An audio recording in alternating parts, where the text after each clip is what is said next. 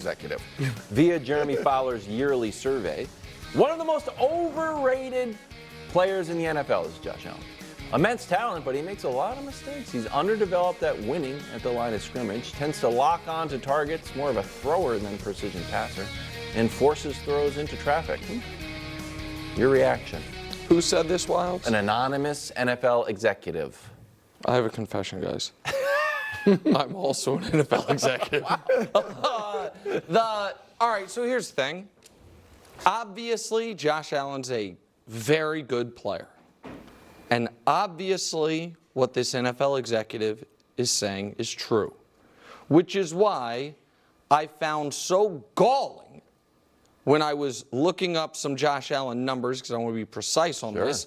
You know, sometimes like clips from shows like ours play on the websites where they have the stats, like auto plays or whatever. And I saw my pal Dan Orlovsky call this guy an idiot. Yes. And it said, it's guy's an idiot. And then Dan went on to make things up. But what he said has just become like canon of the Josh Allen story, but they're lies. Oh.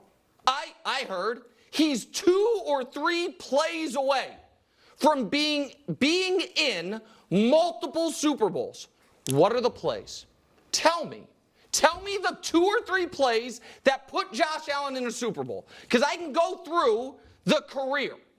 First year in the playoffs, you lost in round 1. So do we all agree you weren't 2 or 3 plays away that year? Okay, so that's not it. Maybe. Your next year in the playoffs, you were in the AFC title game, down by 3 scores in the fourth quarter and lost by 14. So do we agree you weren't 2 or 3 plays away that year? Then next year is the famous 13 seconds game, which happened in round 2. So if 2 or 3 plays go differently that game, then you are 2 or 3 plays and a whole football game at home against Cincinnati, who you would never lose a home game to Cincinnati, except the next year in round 2, you lost a home game to Cincinnati. The next thing I heard Dan and others say is, last year, he's a missed field goal away from being in the Super Bowl. No, you were a missed field goal away from tying up a game in round 2. That if you had then won, you would have gotten the opportunity to go to Baltimore. So someone just be okay with the honesty, which is physically, A+, arm talent, A+, career accomplishment, B, performance in the biggest games of his career, up and down. That's what he's been. And if we show you, Brew, throw out his first year, not fair, it's his rookie year, throw it out. Throw out his second year when he kind of turned the page. How has he been just as a passer since he became an MVP candidate? The answer is, all right, who cares about year 1, 32nd? This is a rookie year. Okay, since that MVP level year when he was 4th, middle of the pack. How has he been as far as turning the ball over? Well, since the beginning of his career. Most INTs since. Thank God they trotted Sam Howell out there 17 games last year, or else he would be his name across the board. So he is a wildly talented, flawed player, which is what this NFL exec said, and guys get called idiots for that because they don't want to do fan fiction on what the playoffs have been. So I agree with the guy. Here's where, look, he got 1 vote of the 74, 75 people that Fowler talked to for best quarterback on earth. Yeah, and he got MVP votes last year, first place. And there is chatter generally going into every season. There's a little bit of chatter, it's probably less this year, but a little bit of chatter that he's like right there with Mahomes. So for those that think that, the guy that voted him the best quarterback in the league, those that think he's equal to Patrick Mahomes, if not better, they overrate him. But overall, I don't think he's overrated. He's ranked 3rd on the poll. I could argue he could be 2nd. You could argue he could be 4th if you put Lamar and Burrow ahead of him. So I think he's where he's, as long as you know, he's not Patrick Mahomes. That's his biggest problem. Now, he is reckless, but the physical attributes kind of make up for that. And you showed, of course, the turnovers. I've said it before, he doesn't have the MVPs yet. but I've said he's this generation's Brett Favre. He doesn't have a Super Bowl either. But look at this, Nick. Yes, he makes a lot of turnovers. He's got the most TDs since 2019 by a mile. We're watching the best quarterback we've ever seen, and he's got 23 more touchdowns than him. And then everybody else, I mean, it's 50 plus more. There are a decent amount of Super Bowls on there, but most of them have been won by. But Mahomes and Russ a decade plus ago. They're all. So I'm just saying he's a productive quarterback. Mm-hmm.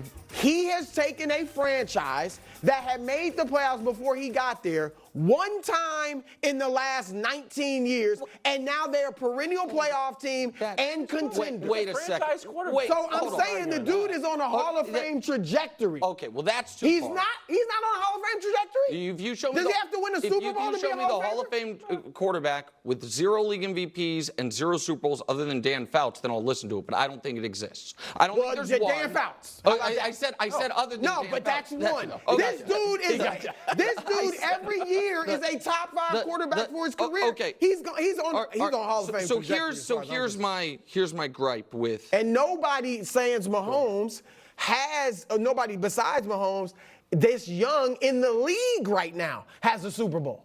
No, I understand, but they've been to them. They've won big games. Win the Super Bowl. That's what we count, rings. Well, no, I think we count rings, but we also... And we count regular season dominance, and the guy's been great. But the reason Joe Burrow is considered where he is because he got to a Super Bowl. That matters to him. Jared Goff, whenever people try to knock him down... Jalen Hurts got to a Super Bowl. And that is he wasn't carrying even him in a the lot top of weight. 10. I understand. But I understand that Josh is a dynamic and devastating runner. And that's why every go-to stat is total touchdowns, because they use him as their goal line back. And because of that, those numbers are juiced a bit. I think that's undeniable. It's not easy to score a running touchdown. I'm not it's saying not easy to score in the red zone. I agree. I think so you can't just. I'm not saying it's act not like useful. they're irrelevant. I'm not acting like they're irrelevant. I think that they are. I don't look at a quarterback's rushing touchdowns as inherently valuable as their passing touchdowns unless they came from outside of the 2-yard line. If you have a 12, you're the first and goal, or first and 10 from the 16, Why? and because typically you're not guaranteed to score because you're inside the 2-yard line. I understand that, but typically your passing touchdowns are coming from outside the 5, and typically your rushing touchdowns aren't. So that's all it is. I'm not saying they have no value. I'm just saying I don't count them of equal value. Yeah. But the other problem that I have, Brew, is everyone acknowledges the Bills turned their season around when. What was the change? What did they start doing? Running the ball. But he was still throwing it like 30-plus times. Well, Brew, was he? Because here's the Brew. And when they went 5-0, yeah, here's the numbers. Here's the numbers. That's what he was doing. That's what it was. 1 touchdown a game. Oh, yeah, 81 but I'm talking rating. About attempts. Okay, well, his attempts were still where they normally are. I can do the math. He was not as productive. 7.5 yards, and it was 220 yards per game. So I don't know. So it was. He was not as productive. I mean, he had 5 touchdowns and 4 picks. The math on that is 29 attempts per game. Dust, check me 29 times 7.5. I think it's 217.5, which would be exactly that. What I'm saying, Nick, is I know that they stopped. Diggs had like no receptions for the most part, But he was not as productive, but he was still throwing the football. If you look at his attempts, they still had plenty of attempts. He's 29, this is what's frustrating. There are 2 super talented quarterbacks, undeniably talented, in Lamar and Josh, both of whom might be the 2 of the 5 or 6 best running threat quarterbacks ever. I don't think people look at Josh like that, but I think he is. I think Josh because Cam, you know what I mean? Right, in there, of course. But very often when the team loses and people are like, what'd they do wrong? The answer is, they leaned on their quarterback throwing a little too much there, and they should have been more conservative. They should have asked Josh to do less. They should have asked Lamar to hand the ball off. And in my opinion, that is a massive blemish on them as as overall impeccable football players. And that's fair. No one has ever watched the Bengals or the Texans last year, small sample, I understand, and said, you know where they screwed up? They left it in Burrow or Stroud's hands.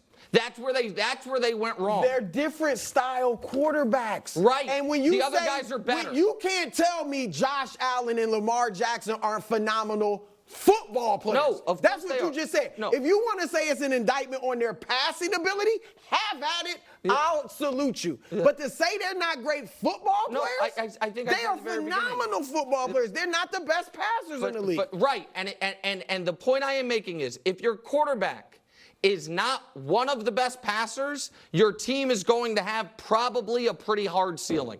We'll see. We'll see. Thus far, we have seen. Because we're seeing more kind of quarterbacks that run more today. Yeah. And we'll see if one of them can win a Super Bowl. Speaking of, Danny Dimes up next. Spicy show.